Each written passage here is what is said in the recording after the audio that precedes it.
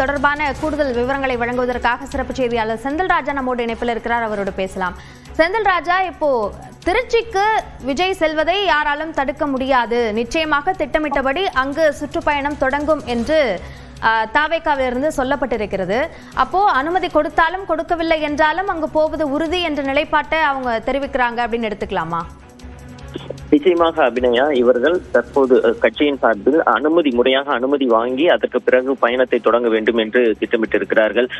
அது மட்டும் இல்லாமல் ஒருவேளை காவல்துறை சார்பில் அந்த அனுமதி மறுக்கப்படுகிறது என்றால் அடுத்த கட்டமாக நீதிமன்றத்தை நாடுவதற்கும் அவர்கள் முயற்சித்து வருகிறார்கள். அதற்கான திட்டமிடல் பணியும் ஒரு புறம் சென்று கொண்டிருக்கிறது. இந்த நிலையில் தான் அவருடைய அந்த முழு பயண திட்டத்தையும் வெளியிட்டிருக்கிறார்கள். குறிப்பாக பார்த்தீர்கள் என்றால் ஒவ்வொரு சனிக்கிழமையும் அவர் விஜய் ஒவ்வொரு மாவட்டங்களாக செல்ல இருப்பதாக அவர்கள் தெரிவித்திருக்கிறார்கள். குறிப்பாக பார்த்தீர்கள் என்றால் 13ஆம் தேதி வருகின்ற 13ஆம் தேதி திருச்சி, பெரம்பலூர், அரியலூர் மாவட்டங்கள் திட்டமிடப்பட்டிருக்கிறது. அதற்கு தான் அனுமதி கேட்டுக்கிட்டு இருக்கிறார்கள்.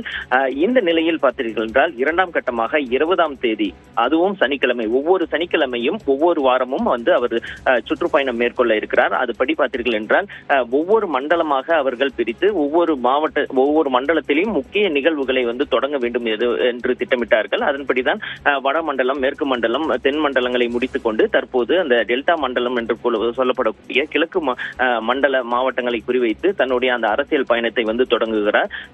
கிழக்கு மண்டலத்தை தொடர்ந்து தொடர்ச்சியாக ஒவ்வொரு சனிக்கிழமையும் தமிழகம் முழுவதும் விஜய் பயணம் செல்வதும் அங்கு மக்கள் சந்திப்பு நிகழ்வுகளை சந்திப்பதை நடத்துவதும் திட்டமிடப்பட்டு இருக்கிறது. அபிநயா,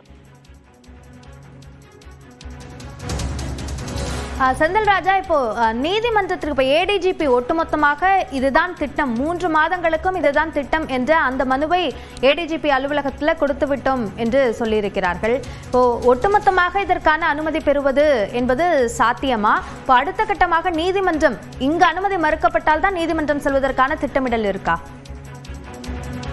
நிச்சயமாக அபிநயா, முதல் கட்டமாக அந்த சம்பந்தப்பட்ட மாவட்டங்களில் அங்க இருக்கக்கூடிய எஸ்பி அலுவலகங்களில் சந்தித்து அந்த கடிதம் கொடுப்பதற்கான முயற்சி நடைபெற்றது. அங்கு அனுமதி பெறுவதற்கான முயற்சிகள் நடைபெற்றது. ஆனால் அந்த முயற்சி தொடர்ந்து தோல்வி அடைந்து வருவதன் காரணமாக தான் தற்போது டிஜிபியை சந்தித்து கொடுப்பதற்காக திட்டமிட்டார்கள்.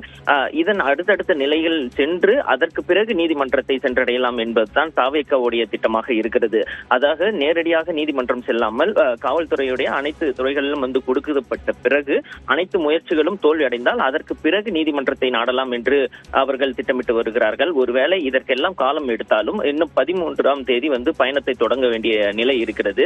அதற்கு அடுத்து ஒருவேளை நீதிமன்றம் நாடியும் தங்களுக்கு சாதகமான ஒரு சூழல் வரவில்லை என்றால் என்ன செய்வது, எப்படி அந்த பிரச்சார பயணத்தை முன்னெடுப்பது என்பது குறித்தும் அவர்கள் திட்டமிட்டு வருகிறார்கள்.